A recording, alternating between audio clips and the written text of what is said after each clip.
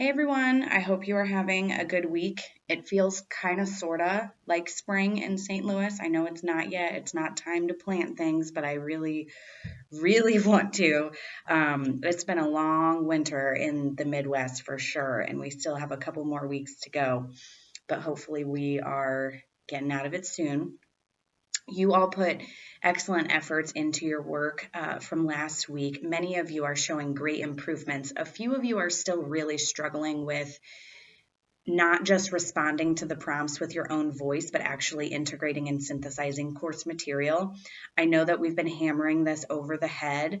However, some of you, again, are still struggling. And so if you are still struggling, if you are still losing points on your work and you don't know why, please ask me. Let's talk about it. I have checked in with a few of you via email and CC Dr. Callum. I've heard from a few of you I have not heard from. So hopefully you guys or you all are doing okay, and you feel like you understand and can have access to, you know where to access my feedback and things like that. So I look forward to touching base with a few of you there.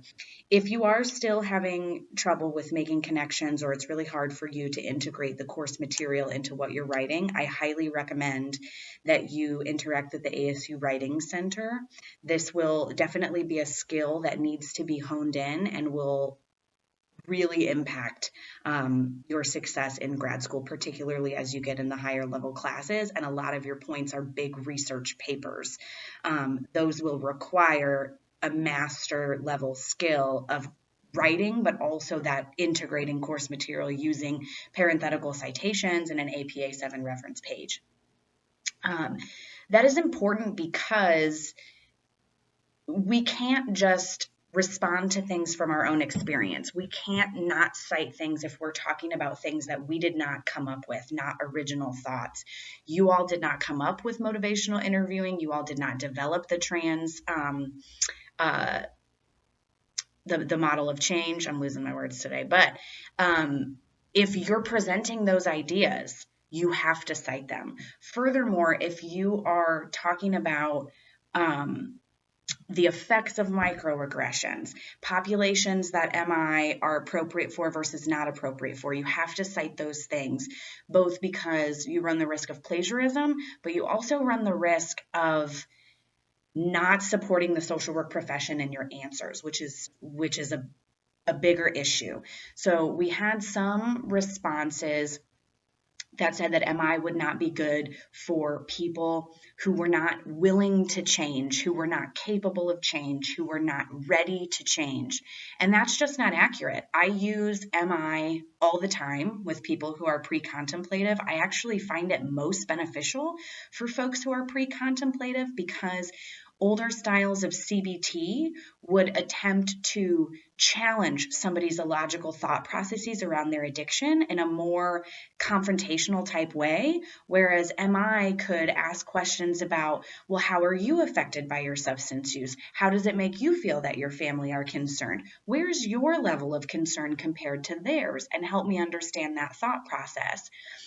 Change is also quite difficult if somebody is living in situations that they can't control. So for instance, if you are working with an adolescent who's living in foster care, they don't have a whole lot of agency over their behaviors. And so, or not their behaviors, but they don't have control over their setting.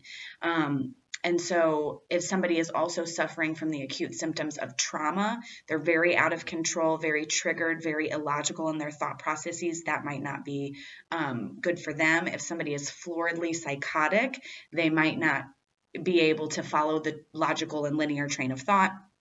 So just keep that in mind when you are using MI, and in general, if you're presenting arguments about an indication or a contraindication, you better have a citation to back it up, and there better be support there, or else you run the risk of engaging in kind of patriarchal or paternalistic types of social work, which includes I am the social worker, I know best. If they're not ready for change, then we're just, not going to work with them, kind of a thing. There is a lot of risks there, and there's a lot of nuance to the ethics involved in deciding what types of methods are appropriate, particularly when you are addressing a population such as substance users. The average hard drug user will relapse 8 times in their recovery. That is part of the change process. Relapse is not indicative of not wanting to change or not being capable of change. So I want you all to really think about this, particularly if some of your responses, if this is resonating with you, if you had responses that were somewhere along the lines of MI would not be good for people who are not ready for change, not capable of change. We in social work believe that everybody is capable of change, and that every social work intervention is an opportunity for change. Every relapse is an opportunity to learn, tweak your plan, and continue on in your recovery. It's not a failure. So if anybody has any questions about this, or as always, if you're confused about why you lost points, please talk to me. This is our ethical spotlight for this week, was the highlight on language use when we're talking about people needing to cite, particularly when we're creating arguments about who a method or methodology or a type of therapy is appropriate for and who it's not appropriate for. Really dig into your language. We often come into the social work field with different language things that we need to work on. First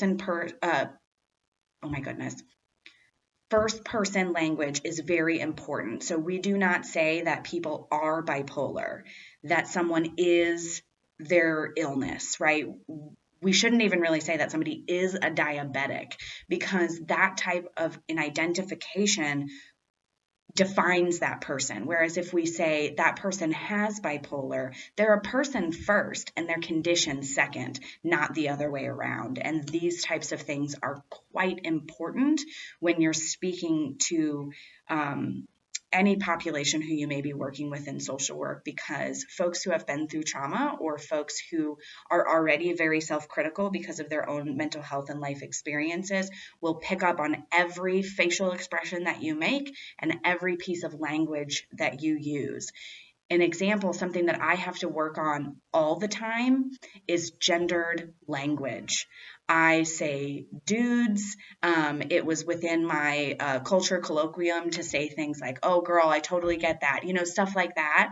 And that's just not appropriate in the social work setting, because it can be offensive, and it's just not necessary to call people out by their gender. You may misgender people. And I always have to make sure that I'm attending to people's pronouns, particularly if they prefer to go by the pronoun they. So I've worked really hard at removing just natural colloquial expressions that were okay in my family of origin and in my friend group when I was growing up, and are just not appropriate in the professional setting, particularly if we're working with folks who are gender fluid or non-binary, or exploring their gender identity, right? We don't want to label them inappropriately. So if anybody has any questions about this, like always, I'm an email away. Hopefully I'll hear from some of you who I emailed individually. And in terms of an ethical spotlight for this week, just think about your language and really, really dig into where you're getting your arguments from. Are they coming from your past, misunderstandings, culture from your family of origin, society at large, the media, or are they actually coming from scholarly articles, textbooks, and valid, reliable, scholarly, peer-reviewed social work material? Have a great week. We're almost done, y'all. We're almost there.